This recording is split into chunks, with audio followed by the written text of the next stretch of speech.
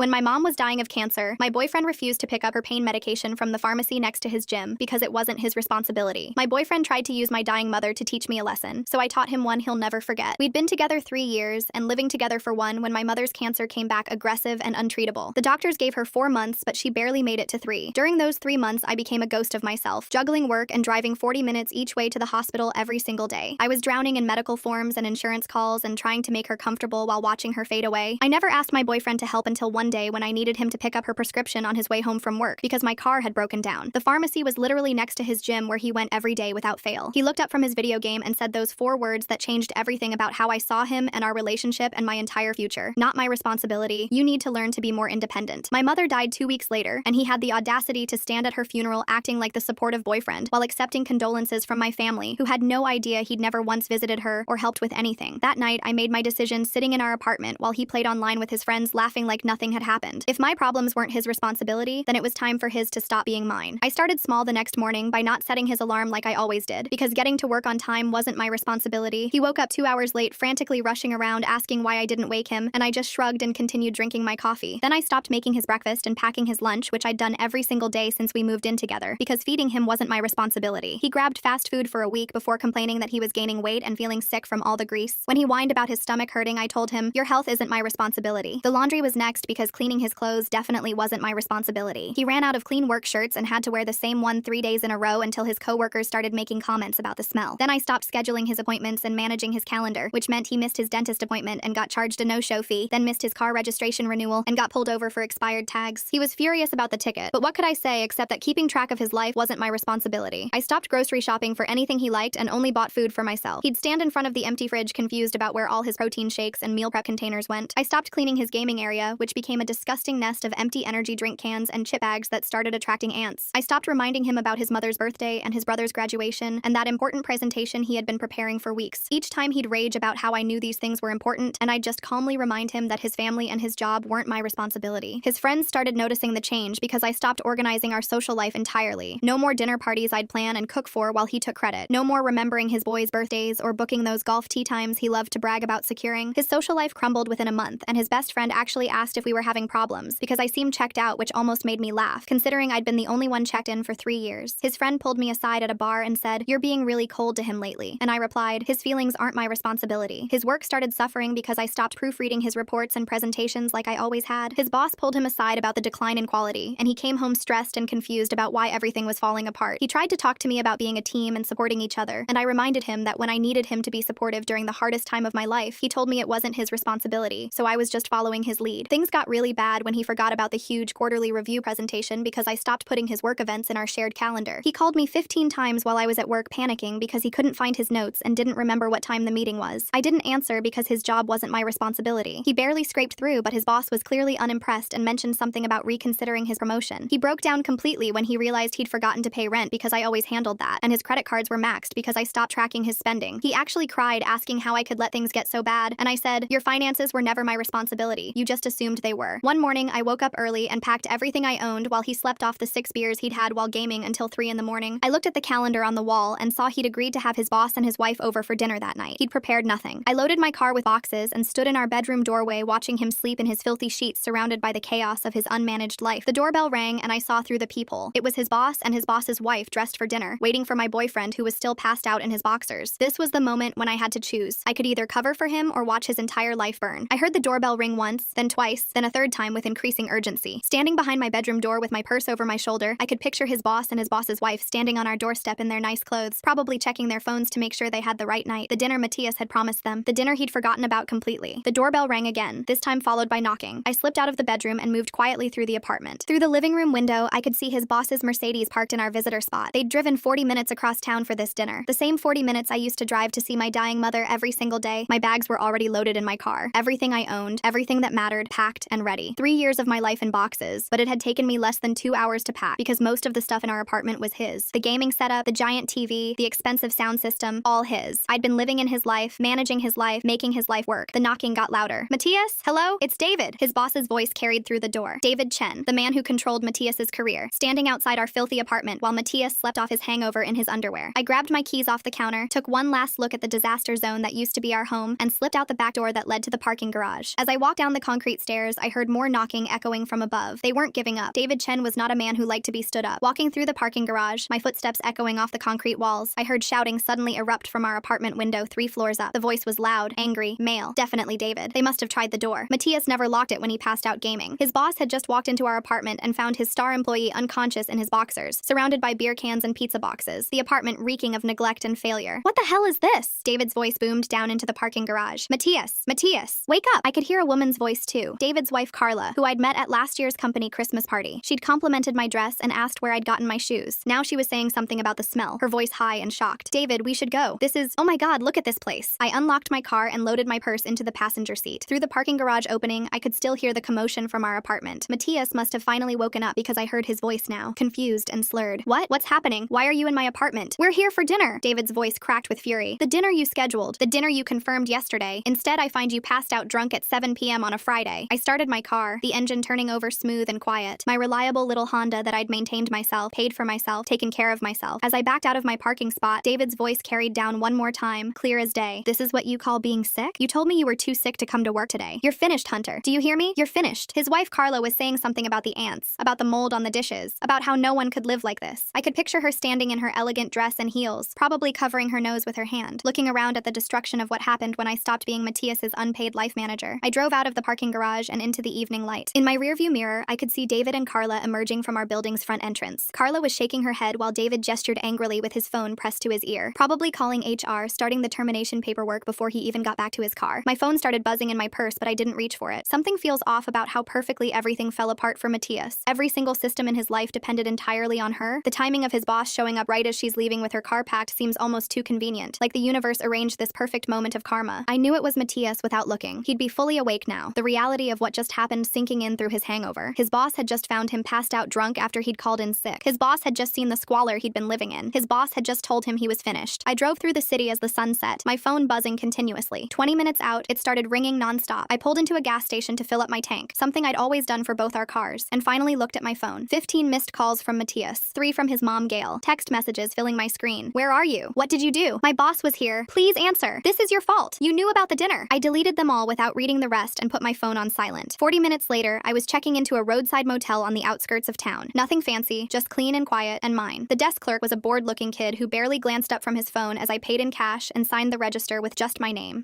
only. For the first time in 3 years, I was just me. The room was small but clean, with a bed, a TV, and a little desk by the window. I sat on the bed and finally let myself breathe, really breathe. The kind of deep breath I hadn't taken since my mom got sick, since I started drowning in responsibilities that were mine and his and everyone's, but somehow never shared. By midnight, my phone showed 47 missed calls from Matthias, 20 voicemails that I knew would range from confused to angry to desperate to furious and back again. I held down the voicemail button and deleted them all in one batch. Delete all. Confirm. Gone. Then Gail called. Matthias's mother, who'd always been polite but distant, who'd never quite approved of me but never said why. I almost didn't answer, but something made me pick up. Honey, I'm sorry to call so late, she said, her voice careful and concerned. But Matthias is here and he's very upset. He says you left, that you're gone. He's not making much sense. Do you know why he's so upset? He mentioned something about his boss. I sat on the motel bed, looking at my reflection in the dark TV screen. You should ask him, Gail. His life isn't my responsibility anymore. What do you mean? You're his girlfriend. You live together. Of course you're responsible for each other. Am I? I asked. Was he responsible for me when my mother was dying? There was a pause. Matthias said you've been cold since your mother died, that you've been distant and cruel. I actually laughed. Not a bitter laugh or an angry laugh, just genuine amusement at the story he'd spun. Did he tell you about the prescription? What prescription? When my mom was dying, my car broke down. I needed him to pick up her pain medication. The pharmacy was literally next door to his gym. He went to that gym every single day, Gail. Every single day. He drove past that pharmacy every day for 3 months while I drove 40 minutes each way to watch my mother die. The silence on the other end stretched out so long I thought she'd hung up. I asked him once, I continued. One time in 3 months, I asked him to pick up her prescription on his way home from the gym. Do you know what he said? What did he say? Her voice was very quiet now. He said it wasn't his responsibility. He said I needed to learn to be more independent. My mother was dying. I hadn't slept in weeks. I was drowning in medical bills and insurance forms, and he couldn't drive 30 seconds out of his way to pick up her pain medication because it wasn't his responsibility. That doesn't sound like him, Gail said, but her voice was uncertain now, like she was remembering things, adding them up differently. Your son isn't my responsibility, I told her. Not anymore. He made that very clear when my responsibilities didn't matter to him. Goodbye, Gail. I hung up and blocked Matthias's number on everything. Phone, email, social media, messaging apps, everything. Then I went through and changed all the streaming service passwords. Netflix, Hulu, Disney+, HBO Max, all in my name, all paid for with my credit card. He'd have to figure out his own entertainment now. The next morning, I woke up refreshed for the first time in months. No alarm to set for him, no breakfast to make, no lunch to pack, no schedule to manage, just me, getting ready for my own day at my own pace. I called our landlord landlord from the motel parking lot. Sharon had always been reasonable, and she listened as I explained the situation. I need to remove myself from the lease, I told her. I've already paid this month's rent, but going forward, it's just going to be Matthias. I'll need both of you to sign the modification, Sharon said. He'll sign it, I said. He doesn't have a choice. I'm not living there anymore, and I won't be paying anymore. If he doesn't sign it, you're still legally responsible, she warned. I understand. But Sharon, between you and me, you might want to do an inspection soon, and maybe ask him about his employment status. She was quiet for a moment. That bad? Let's just say his boss made an unexpected visit last night and didn't like what he found. I'll stop by tomorrow, she said. And honey, I'm sorry about your mother. I remember when you moved in. You mentioned she was sick. Thank you, I said, and meant it. The landlord had shown more concern than my boyfriend of 3 years. I drove to work and parked in my usual spot. Walking into the building felt different, lighter. My coworker Rebecca looked up from her desk as I passed. Hey, you okay? She asked. You look different. Good different. I'm great, I told her, and realized I meant it. Around lunch, Gail called again. I almost didn't answer, but decided to hear her out one more time. I spoke to Matthias about the dinner party, she said without preamble. He forgot he'd invited his boss over. He forgot because you usually put everything in the calendar. Is that true? Yes. And you stopped doing that? I stopped doing a lot of things after he told me my dying mother wasn't his responsibility. He's saying you sabotaged him, that you deliberately let him fail. I didn't let him do anything, I said. I just stopped preventing his failures. There's a difference. What else did you stop doing? She asked, and there was something different in her voice now. Not accusation, but curiosity. Everything. His laundry, his meals, his appointments, his bills, his shopping, his social calendar, his work reminders, his family obligations. Everything he decided wasn't his responsibility when I needed him. His boss fired him, she said quietly. Called him this morning and told him not to bother coming back. 20 minutes ago, he got an email that his security badge has been deactivated. That's not my responsibility, I said. No, she agreed. It's not. I'm starting to understand that. He's been calling you all morning from my phone since you blocked him. He wants to know why you did this to him. I didn't do anything to him. I just stopped doing everything for him. If his life falls apart without me managing it, what does that say about him? It says I failed as a mother, she said quietly. I should have taught him to take care of himself instead of expecting women to do it for him. I didn't disagree, so I just stayed silent. The prescription, she said suddenly. The one from the pharmacy. Did you ever get it? I took 3 buses, I told her. It took me 2 hours each way. My mom was in agony the entire time. She cried from the pain while I sat on those buses. And when I finally got home with her medication, Matthias was at the gym, posted a selfie about grinding and no excuses while I was on public transportation trying to get pain relief for my dying mother. I'm so sorry, she said, and her voice cracked. I'm so sorry. Your son isn't my responsibility, I said again, gentler this time. Maybe now he'll learn to be responsible for himself. I hung up and went back to work. My desk felt different without my phone buzzing constantly with reminders about Matthias's life. No texts about what was for dinner, no calls about where his things were, no messages about appointments I needed to schedule for him. Just quiet, peace, space to think about my own life for once. 3 weeks passed in that peaceful quiet before Israel called me on a random Tuesday afternoon. We'd been texting since the party where we met. Nothing serious, just casual conversation about books and restaurants and work, but this call was different. Hey, I know this is last minute, he said, but I just got out of a meeting that ran way over and I'm exhausted. We still on for dinner tonight? Yeah, of course, I said, already mentally shifting from the nice restaurant we'd planned to something more casual. Would you hate me if I suggested something different? I'm dead on my feet, but I really want to see you. What if I cook for us instead? My place is closer to your office anyway. I sat there stunned for a second. A man who was tired from work wasn't canceling our plans or suggesting I pick up takeout. He was offering to cook. That sounds perfect, I managed. His apartment was nothing fancy, but it was clean and organized. Not obsessively neat, just normal adult clean. He had actual food in his refrigerator, not just beer and condiments. While he cooked chicken and vegetables, he poured me a glass of wine and we talked about our days. You mentioned your mom passed recently, he said while stirring something that smelled amazing. When's her birthday? I'd like to remember it if that's okay. I told him the date, October 15th, and watched him pull out his phone right then and add it to his calendar, not asking me to remind him later, not making it my job to make sure he remembered, just taking responsibility for information that mattered to someone he was getting to know. My dad died 5 years ago, he said, handing me a plate that looked restaurant quality. Cancer too. Matthias needs 47 calls to figure out what one prescription pickup could have taught him. Sometimes the person doing everything stops, and suddenly you realize you can't do anything. The anniversaries are hard. We talked about grief over dinner, real conversation about real things. He did the dishes afterward without making a big deal about it, just started cleaning while we kept talking. When I offered to help, he handed me a dish towel, and we worked side by side like it was the most natural thing in the world. October 15th came 2 months later. We'd been officially dating for 6 weeks by then, taking things slow and steady. That morning, Israel texted me, thinking of you today. Want company at the cemetery, or would you rather go alone? I stared at my phone in the parking lot of the cemetery. I'd driven there alone, planning to visit mom's grave on my lunch break like I always did. But Israel was offering something Matthias never had, the choice of support without the burden of asking for it. Company would be nice, I texted back. 20 minutes later, his car pulled up beside mine. He was carrying a small bouquet of yellow roses, my mom's favorite flowers. I'd mentioned it once, maybe twice, in passing. How did you remember? I asked as we walked toward her grave. I put it in my phone when you told me, he said simply. Important things about important people. That's what calendars are for. We stood at her grave, and he didn't try to fill the silence with empty platitudes. He just stood there with me, his hand warm in mine, while I told my mom about my promotion and my new apartment and this man who remembered things without being asked. She would have liked you, I said as we walked back to our cars. I would have liked to meet her, he said. The woman who raised someone as strong as you must have been incredible. That night, he cooked dinner again. We were falling into a pattern where where we alternated cooking, though neither of us had explicitly discussed it. It just happened naturally, like real partners figure things out. 6 months after leaving Matthias, I ran into him at a gas station near my old neighborhood. I was inside paying when I saw him through the window, standing at pump 3 in a wrinkled fast food uniform. The car he was driving looked like it had seen better decades, rust eating through the wheel wells, duct tape holding the bumper on. He was counting crumpled bills, smoothing them out one by one before feeding them into the machine. $5 exactly. I watched him watch the numbers tick up, his shoulders slumped in a way I'd never seen before. This was what Matthias looked like when no one was managing his life. I stayed inside the store, pretending to browse the magazines until he finished pumping. But instead of leaving, he started walking toward the store, toward me. Our eyes met through the glass door and his face went white, then red, then white again. I turned back to the counter and asked the clerk about their car wash prices, keeping my back to the door as Matthias entered. I could feel him hovering behind me, that familiar presence that used to mean home and now meant nothing. "Can I help you?" the clerk asked someone behind me. "Pack of Marlboros," Matthias said, his voice rougher than I remembered. The red ones. He didn't smoke when we were together, said it was a nasty habit that weak people used as a crutch. But there he was, buying cigarettes with what looked like his last $10 while I stood 3 feet away pretending he didn't exist. I walked past him toward the door, keys in hand, eyes forward. He said my name, quiet and desperate, but I kept walking. In the parking lot, I heard footsteps behind me and walked faster, hitting the lock button on my key fob when I was still 10 feet from my car. "Please," he called out, "just let me say something." I got in my car, locked the doors, and started the engine. In my rearview mirror, I watched him stand there in that ugly uniform, holding his cigarettes, looking exactly like what he was. A man who'd thrown away everything good in his life because he couldn't be bothered to care about anyone but himself. 2 weeks later, a thick envelope arrived at my new apartment. The return address was Matthias's parents' house, but the handwriting was his. I recognized it from all the notes I used to leave for him, the shopping lists I'd write out, the calendar reminders I'd post on our refrigerator. I held the envelope for a long moment, feeling its weight. Whatever was inside, it was substantial. An apology, an explanation, a desperate attempt to rewrite history. I walked to the kitchen trash can and dropped it in unopened. His words, his feelings, his need to be heard, none of that was my responsibility anymore. That weekend, Gail sent me a Facebook message. I'd unfriended her months ago, but apparently she could still send messages. "Matthias is in therapy now," she wrote. "The therapist is helping him understand how much you actually did. He made a list of everything you handled and it was 3 pages long. He can't believe one person managed all that." I didn't respond. What was there to say? That I couldn't believe it either, looking back? That I'd been drowning for 3 years and he never once threw me a life preserver? That it took him losing everything to understand what he'd had? My therapist and I talked about it during our next session. Dr. Adams had been helping me process not just my mom's death, but the secondary trauma of going through it alone. "Do you feel guilty?" she asked, the same question she'd been asking for months. "No," I said, and for the first time, I really meant it. "I feel nothing but relief. His life is finally as hard as mine was." Actually, no. His life is hard in a different way. I was managing 2 lives while grieving my mother. He's just managing 1 life, his own, and he can't even do that. "That's not vindictive," Dr. Adams said when I worried I sounded cruel. "That's observational. You're observing the natural consequences of his choices." Antoine messaged me the next month about something I didn't expect. "Hey, I know things are weird with you and Matthias, but thought you should know. He missed his brother's graduation. Again. Jake graduated from law school and Matthias forgot even though he's literally living at home with their parents." Gail is beside herself. I remembered Jake's undergraduate graduation 3 years ago. I'd put it in our calendar, bought a card, reminded Matthias every day for a week. We'd made it on time. Matthias had taken credit for remembering, and his family had praised him for being such a thoughtful brother. "That's sad," I replied to Antoine, because it was. Jake was a good kid who'd always been nice to me, but his brother's inability to remember important dates wasn't my problem to solve anymore. Israel and I had been together 8 months when we decided to move in together. The conversation happened naturally over breakfast one Sunday, both of us reading the paper at his kitchen table. "My lease is up in 2 months," he said, looking up from the real estate section. "Mine's month to month," I said. "Want to look for a place together?" he asked. "Something that's ours, not yours or mine, but ours?" "Yes," I said, and it was that simple. No manipulation, no assumptions, no one person making all the decisions while the other coasted along. We spent the next 3 weekends looking at apartments, and Israel made spreadsheets comparing prices and locations and amenities. He scheduled half the viewings, I scheduled the other half. When we found the perfect place, a 2-bedroom with good light and a kitchen big enough for 2 people to cook together, we both filled out the application. Both names on the lease, both credit checks, both responsible. The day we moved in, Israel showed up with a dry erase board for the kitchen. "I thought we could make a chore chart," he said, almost shyly. "Not because I think you won't do your share or anything, just so we both know what needs doing and neither of us ends up doing everything." I kissed him right there in our new kitchen, surrounded by boxes, because he understood something fundamental that Matthias never had. Partnership meant sharing the load, not dumping it all on one person. We divided everything evenly, not just chores, but emotional labor too. He called his family, I called mine. He remembered his friends' birthdays, I remembered mine. When his mother got sick that winter, he took time off work to help her, and I supported him without taking over. When my car needed repairs, he drove me to work, but I handled the mechanic and the insurance. A year after I left Matthias, almost to the day, Gail sent another message. This one was different from her usual updates about Matthias's struggles. "He's dating someone new," she wrote, "a girl from his therapy group. She's 22 and talks about how much she loves taking care of him. I want to warn her, but I know she won't listen." I didn't listen when David's mother tried to warn me 30 years ago. I looked at the girl's Facebook profile because I'm human and curious. She looked young and eager and exhausted already, posting photos of elaborate meals she'd cooked for him with captions about taking care of my man and love is putting someone else first. I felt bad for her, this girl who was about to lose lose years of her life managing someone else's. But Gail was right. She wouldn't listen to warnings. I wouldn't have listened either. Back when I thought love meant sacrifice and partnership meant one person giving while the other took. Israel found me looking at her profile and asked if I was okay. I'm great, I said, closing the laptop. Just watching history repeat itself. Want to talk about it? He asked. Not really, I said. Want to cook dinner together instead? We made pasta from scratch that night, him mixing the dough while I made the sauce, working around each other in our kitchen like dancers who knew all the steps. This was what partnership looked like. Not one person doing everything while the other claimed they were helping by existing in the same space. Matthias working fast food and driving a rust bucket while counting crumpled bills. The same guy who couldn't remember his own brother's graduation suddenly remembers to buy cigarettes with his last $10. Israel proposed 6 months later at the restaurant where we'd had our first official date. He'd planned everything perfectly, checked my work schedule to make sure I didn't have any big presentations the next day, invited my closest friends, made reservations at the right time so the lighting would be good for photos. He'd even called my jewelry designer friend secretly to find out my ring size and style preferences. I want to build a life with you, he said, down on one knee while our friends filmed and cried. A real life where we both show up for each other. I said yes, obviously. Not because he'd planned the perfect proposal, but because he'd proven every single day that he understood what partnership meant. Wedding planning was surprisingly easy because Israel actually participated. He researched venues while I looked at caterers. He handled the music while I handled the flowers. When his mother had opinions about the guest list, he dealt with her. When my aunt started drama about seating arrangements, I handled it. This is weird, my married friend Layla said when we went dress shopping. Where's the stress? Where's the groom who doesn't care about napkin colors and leaves everything to you? Dating someone who acts like an adult, I said, zipping up a dress that made me look like a mermaid. Revolutionary concept. I sent Gail a wedding invitation out of courtesy, though I knew she wouldn't come. She responded with a polite decline and a note. Matthias saw the announcement on Facebook. He spent that entire day drinking alone in his childhood bedroom. I'm happy you found someone who deserves you. The wedding went off perfectly. Everything split right down the middle like it should be. Israel handled the photographer and DJ while I managed the flowers and catering. When vendor issues came up, we each dealt with our assignments without dumping problems on each other. My new mother-in-law Carla pulled me aside during the reception while Israel was dancing with his grandmother. I heard about your previous relationship, she said, squeezing my hand. My sister went through something similar. Her ex couldn't even remember to feed himself without her doing it. It's different with Israel, I told her, watching him spin his grandmother carefully, making sure she didn't lose her balance. I know, Carla said. I raised him to be a partner, not a project. His father and I split everything too. Still do. 40 years later. She hugged me then. This warm, genuine embrace that felt like acceptance and understanding rolled into one. Thank God you knew your worth, she whispered in my ear. So many women never figure that out. The words stuck with me through our honeymoon, through settling into married life, through the quiet moments when I'd remember how different everything used to be. 2 years passed in what felt like minutes. 2 years of shared responsibilities, mutual respect, actual partnership. I'd gotten promoted twice, started leading my own team, bought a car that I chose and paid for myself. The woman who used to set Matthias's alarms felt like a character from someone else's story, someone I'd heard about once but never actually met. I was at Whole Foods on a Saturday morning, Israel at home preparing for a dinner party we were hosting together, him handling the main course while I shopped for appetizers and wine. The store was packed with weekend shoppers, couples and families loading up for the week ahead. That's when I saw them, this couple that made me stop mid-reach for a block of cheese. She looked about 25, pretty but exhausted in that bone-deep way I recognized from mirrors 3 years ago. She was pushing the cart, checking a list, grabbing items with practiced efficiency, while her boyfriend, this guy in his 30s wearing a football jersey, followed behind playing some game on his phone. The sound effects were loud enough that other shoppers were glaring. Babe, did you get my protein powder? He asked without looking up. It's not on the list, she said, already sounding defeated. I told you yesterday I was out. You didn't tell me. You mentioned it while I was on a work call and I asked you to text it to me. Whatever, just get it now. The vanilla one. Actually, check if they have chocolate too. She turned the cart around, heading back to the supplement aisle while he kept playing his game, not even offering to go get it himself. I watched her shoulders slump as she pushed the heavy cart, and I wanted to shake her. I wanted to grab her by the shoulders and tell her that his protein powder wasn't her responsibility, that his memory wasn't her job, that she was drowning and he was the weight pulling her under. But I knew she wouldn't listen. I wouldn't have listened either, back when I thought love meant anticipating someone's every need. Back when I believed that being a good girlfriend meant being a personal assistant, maid, chef, and life coach all rolled into one. She had to learn it herself, the hard way, like I did. I finished my shopping and saw them again at checkout. She was unloading the cart while he stood there scrolling through his phone. When the total came up, she pulled out her credit card without him even reaching for his wallet. The cashier asked if they wanted help out to their car, and the boyfriend said yes before she could answer, then walked ahead while she waited for the receipt. In the parking lot, I watched her load all the groceries while he sat in the passenger seat with the air conditioning running. She closed the trunk, returned the cart, got in the driver's seat. He never looked up from his phone. I sat in my car for a moment, remembering all the times I'd done exactly that. All the times I'd loaded groceries alone while Matthias waited in the car. All the times I'd paid while he assumed I would. All the times I'd driven because he was tired from gaming until 4 a.m. The ghost of that woman haunted me sometimes. The one who thought that was normal. That was love. That was just what girlfriends did. My phone buzzed with a text from Israel. Hey, I'm at the store getting flowers for tonight. Want me to grab anything else while I'm here? The contrast hit me like cold water. My husband was voluntarily going to a second store to get flowers for a dinner party we were hosting together, asking if I needed anything. Not because I asked him to go, not because I reminded him we needed flowers, but because he saw something that needed doing and did it. I texted back, maybe some of those fancy chocolates your mom likes? She mentioned loving them last time. Already grabbed them, he replied with a smiley face. Great minds. This was was partnership. This was what it looked like when both people showed up. That evening, our dinner party went off perfectly. Israel and I moved around our kitchen like we'd been doing this dance for decades, him plating his perfectly cooked salmon while I arranged the appetizers I'd bought. Our friends Layla and James arrived first, then Miguel and his new girlfriend, then Israel's cousin David with his husband. You two make this look so easy, Layla said, watching us work. Remember when you were with what's his name and you did everything yourself? Matthias, I said, refilling wine glasses. And yeah, I remember. Whatever happened to him? James asked. He kind of just disappeared from social media. Last I heard, he was living with his parents, I said, keeping my voice neutral. Working some retail job, I think. Miguel's girlfriend, who didn't know the history, asked innocently, were you together long? 3 years, I said. 3 years too long. Israel appeared at my side with perfect timing, kissing my temple. Everything okay? Perfect, I told him, meaning it. The conversation moved on to other topics. Work, vacation plans, the new restaurant downtown everyone wanted to try. But Layla pulled me aside later while the guys were debating something about football. You look happy, she said. Like, actually happy. Not pretending everything's fine happy. I am, I said. It's amazing what happens when you're with someone who acts like an adult. I still can't believe that asshole wouldn't pick up your mom's prescription, she said, shaking her head. When you told me that story, I wanted to key his car. It was the best thing that could have happened, I said, surprising myself with how much I meant it. If he'd helped just that once, I might have stayed. I might have spent my whole life managing his. Layla raised her glass. To dodged bullets. To dodged bullets, I agreed, clinking my glass against hers. Later that night, after everyone had gone home and we'd cleaned up together, Israel washing dishes while I dried and put them away, we sat on our couch with the leftover wine, just enjoying the quiet. Your friends are great, he said. I'm glad they like me. They love you, I told him. Layla especially. She says you've restored her faith in men. He laughed. The bar was pretty low after your ex. Underground, I agreed. The bar was underground. Do you ever wonder what would have happened if he'd been different? Israel asked. If he'd helped with your mom? I thought about it, really considered it for the first time in months. I'd probably still be setting his alarms, I said. Still packing his lunches, managing his calendar, living his life instead of mine. His loss, Israel said, pulling me closer. His loss, I agreed. But it wasn't about winning or losing anymore. It was about the life I'd built after walking away from someone who thought I existed to serve him. It was about the partner I'd found who understood that relationships meant both people showing up. It was about becoming someone who knew her worth and wouldn't settle for less. I thought about that woman in the grocery store, loading groceries while her boyfriend played on his phone. Somewhere out there, she was probably setting his alarm for tomorrow morning, meal prepping his lunches for the week, checking his calendar to make sure he didn't miss anything important. Israel's family understands the secret code. His mom whispers about knowing your worth, like she's passing down the recipe for a happy marriage instead of potato salad. She was drowning, just like I had been, convinced that this was what love looked like. Maybe one day something would shake her awake. Maybe he'd refuse to help when she needed him most. Maybe she'd realize that she was living his life instead of her own. Maybe she'd learn what I learned, that his life wasn't her responsibility. Or maybe she wouldn't. Maybe she'd spend years, decades even, managing someone else's existence while her own dreams gathered dust. Not everyone gets the wake-up call. Not everyone learns to walk away. I realized then that I didn't hate Matthias anymore. I nothing him. Complete indifference is the most powerful revenge of all. He was just a lesson I'd learned, a cautionary tale, a reminder of what I'd never accept again. He existed in my past like a bad dream you can barely remember the details of once you're fully awake. The last time I thought about him with any real focus was almost a year later, when Gail sent me one final Facebook message. I almost didn't open it, but curiosity won. He's getting married, she wrote, to a girl who reminds me of you from 3 years ago. She does everything for him. I tried to warn her, but she thinks I don't understand their love. I wanted you to know you were right about everything. His life wasn't your responsibility. I just wish I'd taught him that sooner. I didn't reply. There was nothing to say. Some lessons can only be learned the hard way, and Matthias would never learn his, because there would always be another woman willing to be his mother, his maid, his personal assistant, another woman who confused servitude with love. I deleted the message and went back to my life, my actual life, not someone else's that I was managing. Israel and I were planning a trip to Europe, something we'd both researched and saved for together. My team at work had just landed a huge client. I was training for a half marathon. I was living, actually living, not just existing as someone's support system. The woman who used to set Matthias's alarms was gone. In her place stood someone who understood a fundamental truth that had taken too long to learn. The only life you're responsible for is your own. And once you understand that, really understand it, you're free. One morning, Israel's alarm didn't go off. His phone had died overnight because he'd forgotten to plug it in. He woke up an hour late, panicking about a presentation he had that morning. Why didn't you wake me? He asked, rushing around our bedroom. I didn't know your alarm didn't go off, I said. I was in the shower. He stopped for a second, then laughed. Right, my alarm, my responsibility. Sorry, that was unfair. You're going to be okay? I asked. Yeah, I'll call my boss from the car, explain what happened. It's my fault for not charging my phone. He kissed me goodbye and rushed out. That evening, he came home with flowers and takeout from my favorite Thai place. For being a dick this morning, he said. I was stressed and took it out on you. You weren't a dick, I said. You asked a question and immediately recognized it was unfair. Still, he said. You're not my alarm clock. No, I agreed, accepting the pad Thai gratefully. I'm not. He set 2 alarms for the next morning and bought a charging station for his nightstand that weekend, because that's what adults do. They solve their own problems instead of making them someone else's responsibility. Thanks for letting me wonder along with you through all of this. It's been really interesting sharing these thoughts together. See you next time. Subscribe for more content like this.